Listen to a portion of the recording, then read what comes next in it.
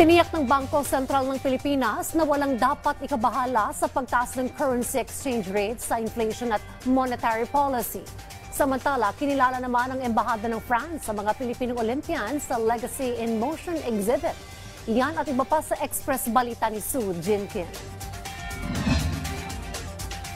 Palalawakin pa ng Bangko Sentral ng Pilipinas ang Islamic banking. Ayon sa BSP, 8% lamang sa buong BARM ang may bank account. Mahigit 70% ang wala pang access sa credit. Paliwanag ng BSP, para sa lahat ng mga Pilipino ang Islamic banking, Muslim at non-Muslim.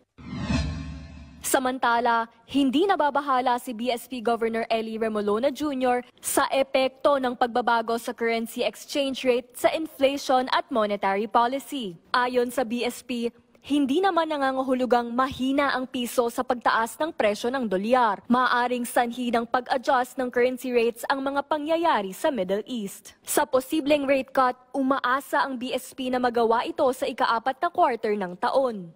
The magnitude of the adjustment of the peso has not been large enough to affect inflation expectations.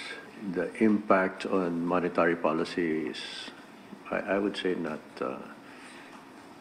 not large. Binigyang pugay naman ng Embahada ng France kasama ang Agence France Presse ang mga Filipinong Olympians tulad ni Heidelin Diaz, Marjeline Didal, Yumir Marshall, Carlos Yulo at Nesty Petesio. Tinawag na Legacy in Motion ang exhibit kung saan itinanghal ang mga imahe mula sa Paralympic at Olympic Games, na hudyat ng pagsisimula ng Paris 2024 Olympics. Samantala, nakatuon ng National Food Authority sa pagtatayo ng post-harvest facilities sa buong bansa, kasama ang warehouses, dryers, milling facilities at silos. Matapos maaprubahan ang 10 bilyong pisong budget ng NFA. Ayon kay NFA OIC Larry Lacson, kinakailangang may kapasidad ang ahensya na makapag-imbak at proseso ng halos 1/2 milyong metric tons ng bigas. Sue Jinkin para sa Pambansang TV sa Bagong Pilipinas.